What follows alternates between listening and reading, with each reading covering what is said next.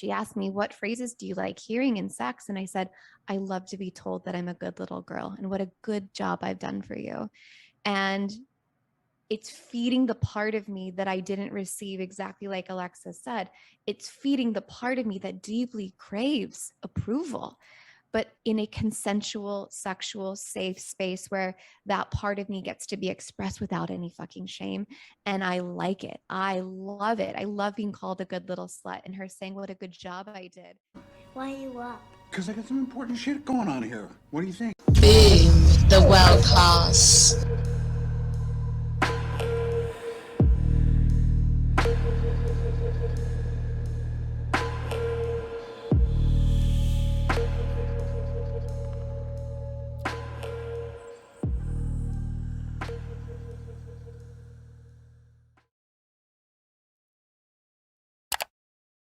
Incredible. And I love pointing that out too. And we, the whole. Yeah, so that was that part.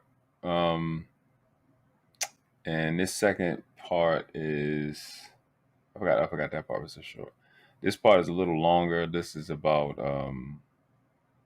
these two ladies relationship and BDSM. A little different, whereas the one in the top left, I think she paid for it. Now the one I think she didn't, but yeah. You notice this one? You see this one? Yeah, this woman with the hair back, she's a sex coach. Mm-hmm. And she's in a relationship with the one that has her hair down. Oh, okay. I didn't know that much. So the thing that brought them together was just as a woman, that exploration and that shame and not knowing how to manage your sexual appetite or not realizing there's a space for it to live. So they just tapped into a lot of things. We can play it and see what part of it you clicked and jump right into it. But what they talk about is actually very interesting. Yeah. What's up, Sir L Speaks in the building? What's going on, bro? Hi, Sir Hale, and to Lady Hale. Hope you guys had a nice date night last night. We're here, helping the people keep it together and have more date nights in their life. Facts. Super dates. Yeah, we wanted to have super dates. With collars and whips and all types of shit. Family is obsessed with my stepdad. A lot of times we tell him, we know how she can be. So can we keep you? If she just goes absolutely cray, can we keep you? So it's really cute. But so looking at, so my biological father exited the scene when I was 3. So I also had absent father, and the men that did show up in my life didn't claim me. They were like, oh, I'm dating this woman who also has a kid, and I also was like, I'm not yours, and so I never understood what being cared for by a man as a little girl. I had zero conception, feeling in my body, understanding of that. And I didn't have the language. That wasn't something I was like, oh, I need to know what a daddy or a little girl, I need to know what that feels like. And it was through some BDSM experiences where only after the fact, when I unpacked it, maybe even years later, did I realize that the reason why I felt it was so healing and so connective for me was because it felt like that thing that I didn't get to have. So as an adult consenting in this deeply vulnerable space with someone that I care about and who cares deeply about me is holding me in a way that I've never experienced before. And yes, that is the person that I'm also having sexual intercourse with. But at the time when I'm feeling that deep connection, depending on what we're doing, if it does have an edge of little girl or it does have an edge of daddy, which is a type of kink, DDLG, daddy dom, little girl, the sex isn't happening in a sense of I'm wanting to have sex with a child. It's very much the energies that are present in a caretaker and a being cared for role. And it's things like being put into a bathtub and then being taken out of a bathtub, like having it run for me and then being put in it and then being taken out of it and then dried off by someone and then having my hair brushed and having my clothes picked out. While that doesn't sound really like it's erotic, I imagine that there's some people who are hearing that and can see themselves in that space where someone's doing that for them and can get turned on because of the level of care. Because, you know, it's just beyond me. I didn't know that that was going to happen. And of course, at the point when that was originally happening, I didn't even know that there was a whole community of people, or that this was something that many people across the globe intentionally played in that space. I didn't know. And so for me, it's an opportunity, I think, for a lot of times for me to visit the little girl inside that didn't get to experience being cared for by a man. And it has a unique edge to it, a very unique edge, not just like I'm with my husband and so I'm going to feel cared for. And, you know, it's different. This is different. And Jordan has now stepped up, because when we first got together, he was as vanilla as it comes, you know, and then he's meeting me that's like on this vast exploratory journey. And I start trying to describe things like DDLG or various terms in BDSM and concepts in BDSM. And he's like, I have no idea.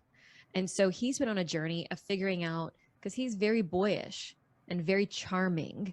And so for him to figure out who am I as mature, grounded, dominant daddy? Who am I if I am going to hold that space for you and help you heal? Because to the degree that you can heal the wounds that you have associated with your parents is the degree that you can show up in my relationship as husband and wife. And that predetermines what we can gift to our children in the future. This is really big work. I 100% agree with everything she just said. Literally everything, especially that last part. I mean, I don't know about her personal situation that she was explaining, but principally speaking, I agree with everything she said. Especially that last part. You can really only give me as much as your parents left or built. That's what I've been getting out here, dating these young ladies for years. It's yeah, and then at the same time, like what I was saying on Sir Harold Speaks, and what I said on Lucky channel, a lot of this damage that these moms is giving these children that grow up to be our dates and our girlfriends and boyfriends never gets checked. Nobody can ever call it out, and they need some type of outlet. And BDSM has kind of been the thing that's been stepping up to the plate and dealing with some of these inadequacies from childhood that is going to be expressed in other places. And people get weirded out about it, like, oh, you just need to you need counseling for daddy or mommy issues. Well, it expresses everywhere. People speed because of their mommy and daddy issues. People eat an extra 6 and 7 plate, like Tommy was saying the other day. People be jerks at work, get managerial positions to make somebody pay. People do half-ass jobs at work, just to make somebody pay. They just be terrible boyfriends, terrible girlfriends, and again, horrible parents. Right back to continuing a cycle that came from that. So I may not agree with the situation they got going on, but I definitely agree with the principle she's speaking to. Right. And that was for me, that what she talks about was what I really loved about surrendering to my first master, that he identified in me all the areas that I needed to let go of an old belief system. Mm-hmm.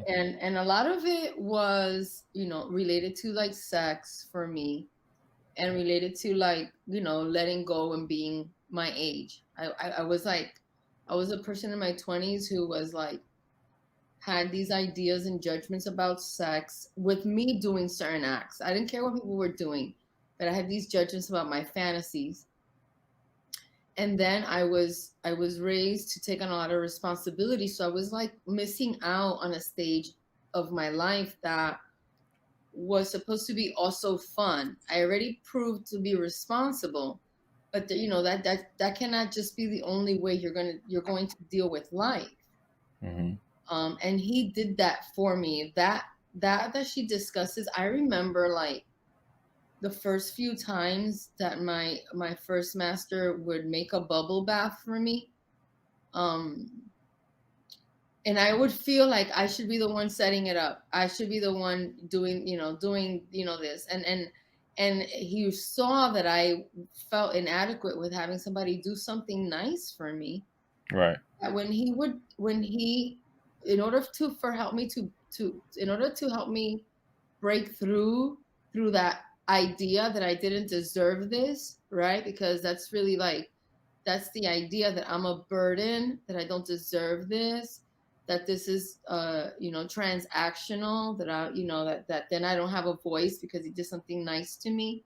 All those things were programming that I really had to let go of in order to really enjoy the opportunity that I had in serving someone like him. And so when he would set up nice things for me like that, like a bubble bath and certain things, I had my own. I slept in his bed. We had our, master bedroom, but one of the guest rooms was my room. So I had a room where I could when I had to get dressed, it was like a dressing room. It was a guest room. There was a bed there. He would send me there, tell me to close the door and go like listen to music or read my book or something, because I would have such an anxiety when I would witness him doing something nice for me that I had to go process that. And then when I would come out of the room, everything would be set up. And little by little, I started to get like more excited when I would see him set something up for me versus feeling like I had to apologize for my existence. And I had moments that I, honest to God, Noble, like I would cry in a way that I never in my life knew. Like I had pain like that inside of me. He would just give me the entire environment that I needed in a way that I never felt ever in my life. And my parents are good people, but it wasn't enough, and it wasn't what I needed. And he gave me that, and I cherish that so much, because I think a lot of women walk around with a lot of things that happen to us that we don't talk about, Noble. You know what I mean? Like things happen, to little girls that parents don't acknowledge, moms pretend don't happen, little stupid crap. Little stupid craps, having a stepdaddy in the home and having another stepdaddy in the home, and your daughter, has her little door open and there's a pervert in the house trying to see a little girl go changing her clothes and crap like that. Women go through a lot of little weird things that they don't have a place sometimes to discuss it in their own relationship, because unfortunately the guy is going through something too. Yeah. And he doesn't know how to exercise that out of his system. So I found BDSM to be very healing for me, extremely cathartic. And that's what made me want to be even more submissive and find even, someone who's even just keep the master. I love that.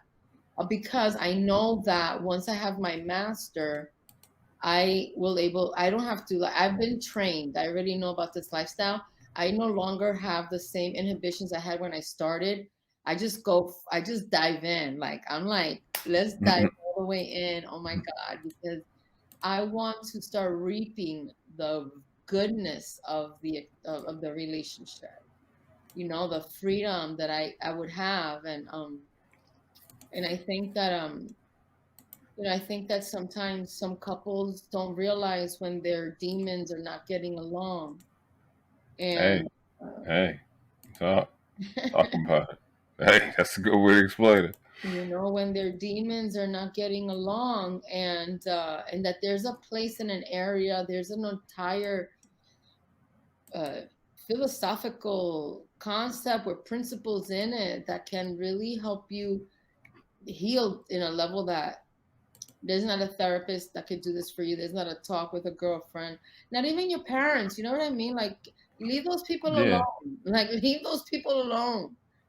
I just, my parents, I just let them be. I don't put expectations on them. I just I go out there and I deal with myself.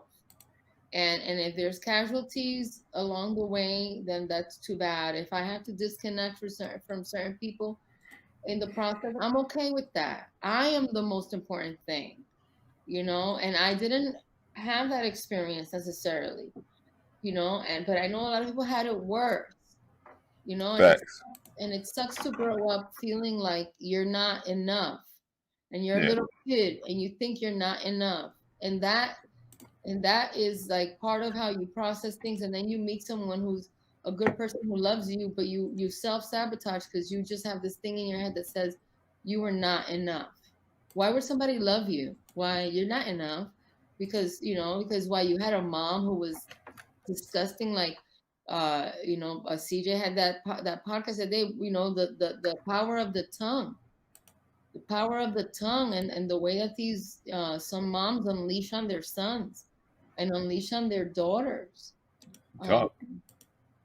And then these people are here trying to, come to YouTube's, trying to go get self-help, trying to go to therapy, trying to figure themselves out because they see the damage in their life, and then they see the damage that they're doing to their children because they made, or even like, not realizing that you were making bad decisions involuntarily. It was just, you didn't know any better. So you ended up in jail, or maybe you ended up as a teen mom or teen parents. But damn, what the hell were you supposed to do from coming from the crap you came from? You know how hard it is to really expel your parents, man? To really have to make a determination that your parents, their narcissism is a true cancer and poison in you, because people who have parents like that, you try to give them a chance, Noble. Right. And the moment you give them a chance, Noble, they pull you back in with that freaking slime. They pull you back in. And then you're like, damn, I have to go do that work again because I'm trying to be a good son. I'm trying to be a good daughter to this evil person that raised me. You ain't got to tell me. I know exactly what you I lived it. So there is a truly cathartic experience for me, the way that she speaks about it in BDSM, and that's what I love about it. That's really something that was my biggest draw. And then I got more into, the sensuality of it, which is now what I also, have given myself permission personally to enjoy. So when I do show up to my master, I show up like a thoroughbred. I did the work, because at 46 years old, people are going to have an expectation from a woman who's never been married, has no kids. You better show me what the hell you've been doing all this time. I'm not a person that is in that mentality of like, I don't need a man. Like, I don't believe in that stuff. Right. My parents raised me to at least be able to sustain myself. And I've created my life and I have a lifestyle that I can sustain, but I would never say like, I don't need a man, or that I'm strong. I'm not that strong. Sometimes I can't open a Gatorade bottle. I'm not that strong. You know what I mean? Sometimes I have to park reverse. Sometimes I have to park my car reverse. And I'm not that strong.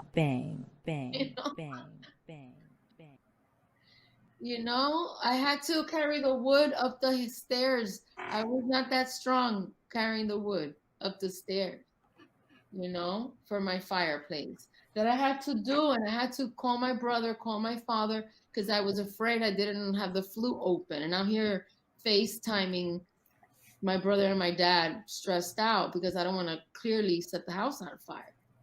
Right. I'm not that strong, And so I was able to find the young lady whose channel this belongs to as Lee Noto. It's in the chat and it's also in the description.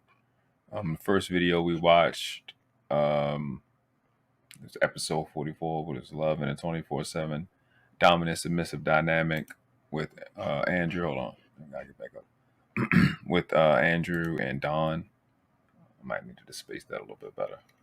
That's that one. And the one we're watching now is what? Healing and Sexual Empowerment Through Kink, BDSM, and Owning Your Orgasm with Alexa Bowditch and I think it's Brian.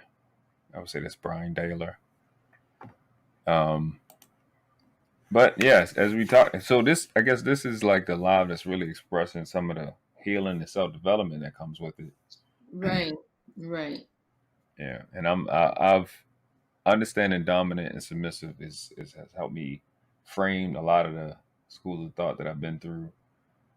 Learning universal law, learning laws of nature, organizing my brain. Like I said, the feminine and the masculine, but microcosm and macrocosm.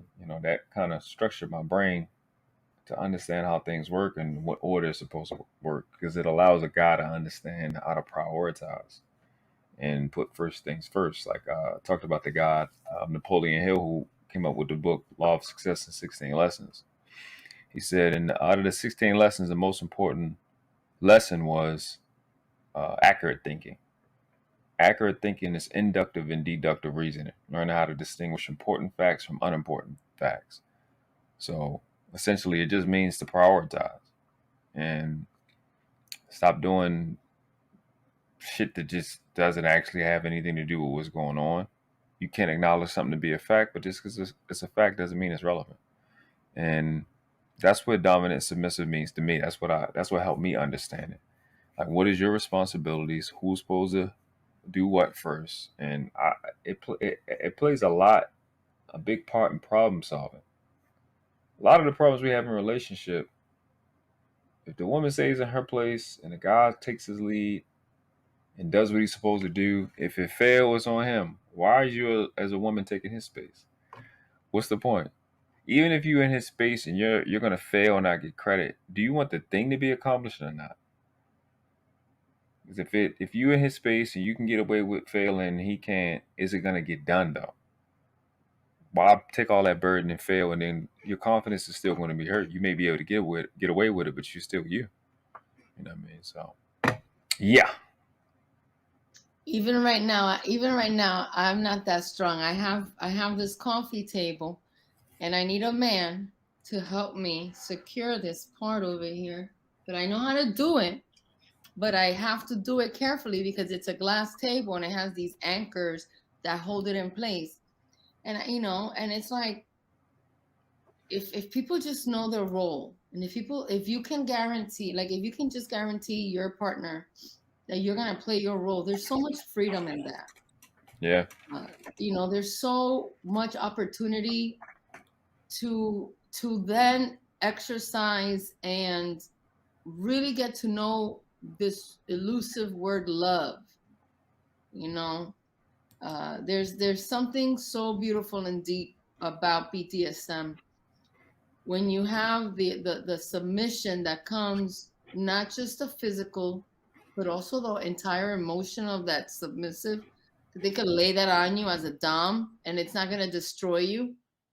Because a lot of guys sometimes, Noble, the women want to talk about stuff and the guy's like, oh, I don't want to deal with this. I can't deal with this. I don't want to hear about this. Call your girlfriend. A dom is going to tell you, lay it on me, babe. Don't worry about it. Yeah. Yeah, absolutely. Nothing you could ever do, babe, could destroy me. Don't worry about it. I'm not scared of those people that scared you. I'm not scared about them, but I want to know about them. I want to know these things. This is important. Why? Yeah. Because then when you do go to a family meeting, a dom is going to be respectful, but he's also going to know who are the players in the destruction of this beautiful being that he's responsible for. Right. And if he has to, and if her mom wants to get slick at the mouth, he's going to get slick at the mouth too. He's going to put her in her place. He's not going to let the submissive do it, because now he's there, to give her what she needed and what she didn't get. And not many men are able to say to their ladies, babe, lay it on me. Don't worry about it. I'm not going to self-destruct. I want to know this.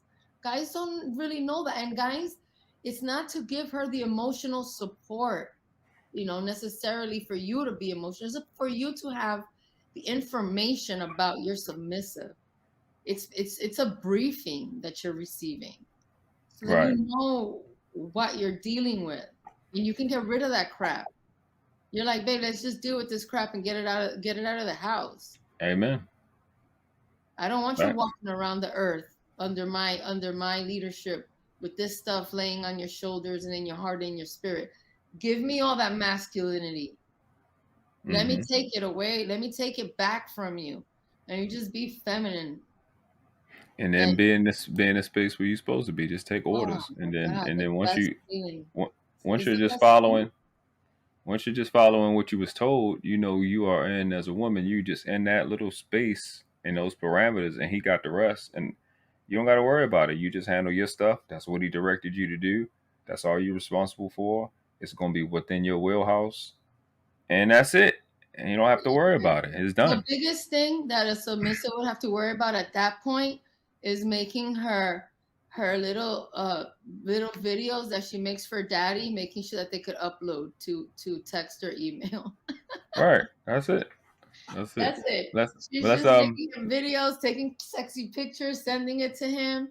She's just having fun in the house, playing with her lingerie, playing with her makeup, playing in her house, having a cute car, getting to go shopping, taking care of her master, cooking, just all these wonderful things, manicures and pedicures. She's like watching her little shows if she's allowed, reading her books. She's not worried about gas in the car, washing the car, the garage door needs to be fixed. She's not worried about who's going to pay for that, who's going to take care of that, are we going to be okay? She's not thinking about those things. She's completely in a space where she just gets to worship you and completely enjoy being desired by you. right. While her girlfriends are doing other crap. It's the biggest work that I think people in relationships can do.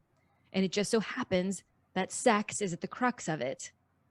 Not just intercourse, but sex, which is broad. Lots of things can mean sex, right? So there's my two. Bryn just went on a really spicy journey, though. So I know she's got some new insights. Yeah. I mean, I was in deep resonance with so much of what you shared because it's really similar to my journey. I think there's just a different take. So my access and first entry point to kink was through Alexa. The first time that I learned what BDSM was, it's interesting actually. I was reflecting on it as you were talking. Every single one of my kink experiences, minus a small handful, have been paid experiences where I am paying an educator or a sex worker to do this thing for me. And I had that aha moment the other day of like, oh, I've paid a sex worker, and normalizing that of like, this is so valuable in my journey where I didn't have access to a partner that wanted to do this with me. So fuck yeah, I'm going to pay for that. And why not? And it was this light bulb of how empowering that could be to pay to have access to the thing that I could not give myself or didn't know how to give myself with a partner. Fuck, okay. I just gotta pause you. That excites me to no end. Mm. Like, because there are so many, again, another area of huge taboo, misunderstanding, this broad world of sex work. Yeah. And work that, not for everyone, unfortunately, but for many is a consensual service to the world based on an area of expertise, devotion, deep lived wisdom. And yes, it's incredible and just like brilliant because, people could clump us like we're sex workers as well. We're working in the world of sex, intimacy, love. And it's so rare to find women who seek that work from practitioners in a physical arena, and so much more common to hear men seeking that work from practitioners, and the shame that exists around it, the lack of empowerment, communication, intention that exists around it, not for all, but for some. Sure. And to hear a woman seek that out is just amazing. I'm so glad. Well, it's going to be quite the experience because not only did I, embark in having a dominatrix take me through a conscious kink journey, it was filmed. So this will be available for people to watch at some point. And unfortunately, I can't share more details quite yet. But one of my decisions, even though my internal state was saying, this is scary, be like, this is scary. You're putting your sexuality on display for the world to see. What are people going to think of you? No matter how much work I had done, there was still a story attached to that. And I actively said, but the mission you are serving is bigger. I would much rather 100 women get to see that episode and go, oh my God, look at what is possible in my sexuality. And that was bigger than any story that I was willing to sit with, the bullshit of like, oh, what will people think of you? So in my most recent journey with this professional dominatrix, we sat through an extensive checklist of what my yeses were, my hell yeses, what my no's were. What was so powerful too is how kink has been healing for me as I found my voice. I found my ability to say, I want that. And then I get to sit with the deliciousness and the discomfort of somebody giving me the exact thing that I have asked for, and how confronting and completely exhilarating that exact same request can be. So one of the requests that I had was, I want to be the full center of your attention. I want to be adored and worshiped and just to be the focus for this session together. And I remember there was a clear moment where she shifted her gaze and she said, I'm going to shift now from a place of neutrality to I'm going to penetrate you with my energy because you are my submissive and I'm in control. And I feel the energy right now, just Me even too. I thinking just about got it. chills. I'm like, oh my God. And all of a sudden I thought, well, fuck, here's the thing that I thought I wanted. Do I actually want that? Because right now my body's doing all sorts of crazy things and I'm not sure if I'm terrified or excited or all of the above. And what was so great about paying someone that is a professional dominatrix is she was able to read my body language. So she was able to go, oh, I sense some things coming up for you. What's present? And she would vacillate between this sexual, erotic, penetrative energy to nurturing, caretaker, motherly energy. And so here I am also learning that not only can kink be sexual, it can be nourishing. It could be deeply nourishing. So I'm using my voice, I'm expressing my boundaries, I'm feeling very nourished in a non-sexual way. And then there was the piece in which the impact play began. All right. So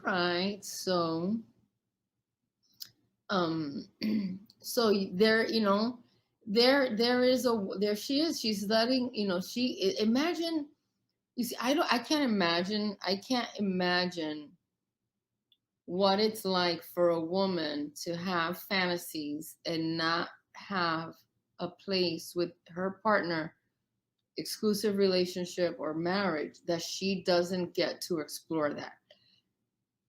I think that's something that is a self-destructive aspect to a woman for her not to acknowledge that. I think that's why the vibrator was invented, because women were in hysterics. When the vibrator was invented, women were having hysteria and they were prescribing them medications for them to calm down, or they were taking those pills to help them lose weight, like a speed pill they had back then.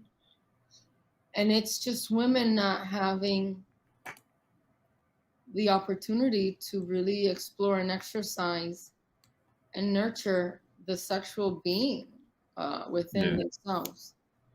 And being able to have the courage and hire somebody that you're just like, you know what, today's the day. That's it. I'm not living like this anymore. Because for me, it's like, how I have not missed out on any experiences in life, in my opinion. But damn, if I'm gonna be married and I'm not gonna have the type of sex I want, like, damn, like, I mean, especially if I'm a submissive woman, I'm gonna be like you know, I want to share my fantasies with you. I want to explore this side of me. And if you're a single woman who doesn't have someone to help you explore your submissive side, you know, you can go to a dominant female. You don't have to go to a dominant male. You don't have to hire a dominant male. You can hire a dominant female, and a dominant will show you, or provide you with an experience for you to understand your role as a submissive. Because the dominant is going to use you the way a master would, or even worse. She's a female, so she knows when you're fibbing, or, you know, she knows how to max you out. She's not going to let you get away with stuff. Yeah, chicks used to get dildos at the doctor's office for hysteria back in the old days. Yep, it's true. Yep. That's how the vibrator was invented. And women didn't have to take so many antidepressants. That's why there were a lot of women who were like on Valium and stuff. That's why when a woman has her reproductive system removed, it's called a hysterectomy, derivative of the word hysteria. Mm-hmm. Hysterectomy. Because when women were going through the process of menopause, they were losing their mind, you know, as far as what society indicates, especially her sexual appetite. And then she had a husband who expected her to be, you know, not have any desire, right? Because he wasn't concerned with that. She was a good submissive Stepford wife, so that was supposed to be enough. And then he would go and be with a prostitute occasionally to, you know, to get his rocks off. But the wife is home with the kids, taking care of a whole house, all this stuff, and her husband doesn't eat vagina. Imagine that. And she's supposed to survive this marriage. Imagine that. Imagine that. Just existing. Yeah, exactly. Right. So, I don't know if there's anyone who wants to come up to the panel. I don't know if you want to keep playing the video. I don't want to force people. Yeah. We can finish the video, then we're gonna drop the link. All right, let's do that. Thank you. Yeah, she about to get into some pretty direct things. All right, I love it. Let's do it. Maybe bring it back just a little bit, because she's about to tell what I didn't. I stopped you here, but I think I'm stopping her where she's going to tell the domina her hard limits. Okay. I'll put it back about a minute. Here's the thing that I thought I wanted. Do I actually want that? Because right now my body's doing all sorts of crazy things, and I'm not sure if I'm terrified or excited or all of the above. And what was so great about paying someone that is a professional dominatrix is she was able to read my body language. So she was able to go, oh, I sense something's coming up for you. What's present? And she would vacillate between this sexual, erotic, penetrative energy to nurturing, caretaker, motherly energy. And so here I am also learning that not only can kink be sexual, it can be nourishing. It could be deeply nourishing. So I'm using my voice, I'm expressing my boundaries, I'm feeling very nourished in a non-sexual way. And then there was the piece in which the impact play began. And so one of my other desires was the ability to be spanked, and knowing now, nothing to this day has gotten me more in my body than impact play. And as a woman whose mind is constantly running and didn't know any other type of sex other than how is he liking it? What is he thinking? How does my body look? And the story just fucking running. How much pleasure am I experiencing in that moment? Zero, little to none. But when I involve impact play, and there is no other choice but to deeply be surrendered in my body, and what takes place after that. Lexie, could you, first, welcome Savannah. Hi, beautiful Savannah. I think is this the first time you made it up? Is this the first episode you made it to? I think it might be the second or the third-ish. I think the second. The second. All right. All right. Well, we finally got you up here. Appreciate you. You look amazing. You look Listen, amazing. She looks like a damn ballerina, man. I want to put her in some ballet shoes and have her stretch her legs out. Stretch your legs out, out, out, out, out. you're a beauty. You guys both look great. Say it again. I said you guys both look great. Thank you. Appreciate it. This is a serious threesome. This is a virtual threesome over here, folks. This is like a step right up if you want to get hurt. Bang, bang. Maybe you want to get hurt. Bang, bang, bang, bang, bang, bang. OnlyFans coming soon. Let me stop. Let me stop playing. But what? Damn. The word that this lady said. What? Let's go back for a second. I want to hear the word she said. I had a question. Okay. Story just fucking running. Impact play. That's what she said. Yeah. What is that?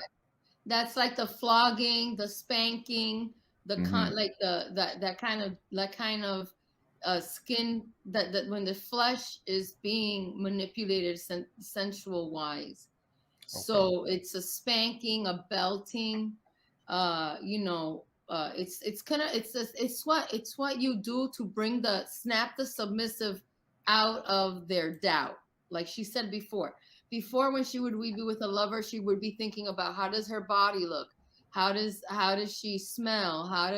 She would be caught up in so many things that are taking her out of the experience, right? So you're living in your head. So when you're living in your head and somebody comes and spanks your freaking ass, you're back in reality. You're not like stuck in your head anymore. This is now real life. So impact play is like I said, spanking, flogging. It doesn't have to be solely something that hurts. It could be like feather play, be a sandpaper play, that some people like that feeling of that rough sandpaper.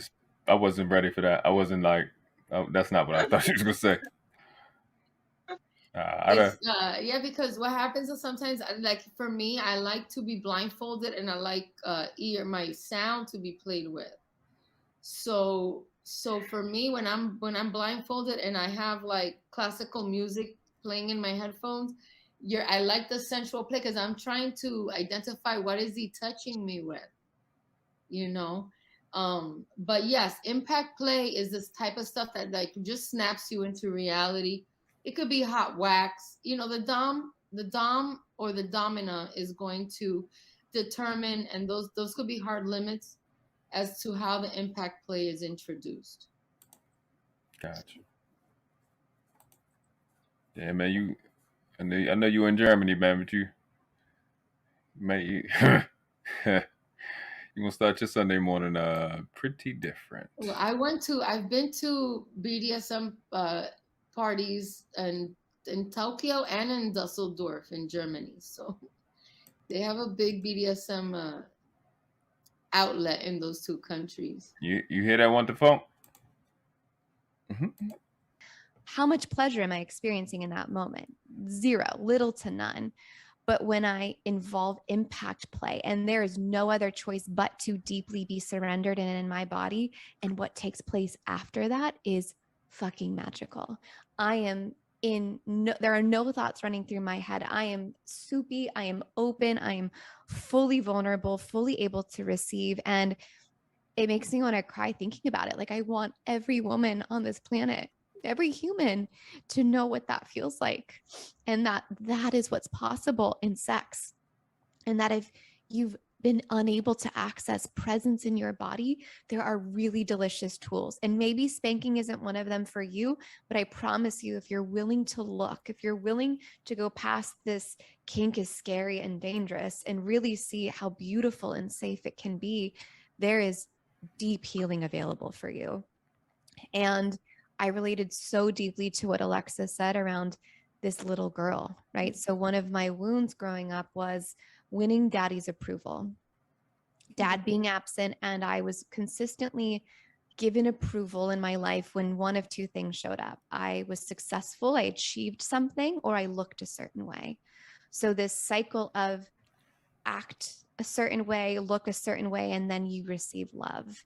Now, I've worked through that belief in so many different capacities, but what kink has done has been able to say, I'm actually going to go through this place of desiring approval from my dom, and it's done consensually and in a healing capacity. So I said to Kimmy, she asked me, what phrases do you like hearing in sex? And I said, I love to be told that I'm a good little girl and what a good job I've done for you. And it's feeding the part of me that I didn't receive, exactly like Alexa said. It's feeding the part of me that deeply craves approval, but in a consensual, sexual, safe space where that part of me gets to be expressed without any fucking shame. And I like it. I love it. I love being called a good little slut and her saying what a good job I did, and then wrapping her arms around me and holding me and caressing me. And Bang, it's bang, just so bang, nourishing at a bang, level that my nervous bang, system goes, bang. that's what you were looking for. And the mind fuckery, though, for me now has been, I want that. I want that space more than I've had opportunities to, for example, pay for it. And I get to sit with that longing, and I get to create spaces for myself where I create that as much as I can, and also hold a vision now where a partner will be able to meet me in that. But fuck, is that space yummy? I do love to go there as much as I can. Oh my God, both of you. Like,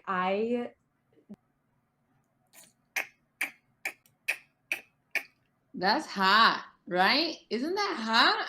I'm telling you, it's so hot. She likes being called a good little slut. I don't even know if you can say that on YouTube, but it said it twice, so that's there. There's that. All right. I'm sorry, I got lost in a train of thought of just all that goodness I just heard. Washed.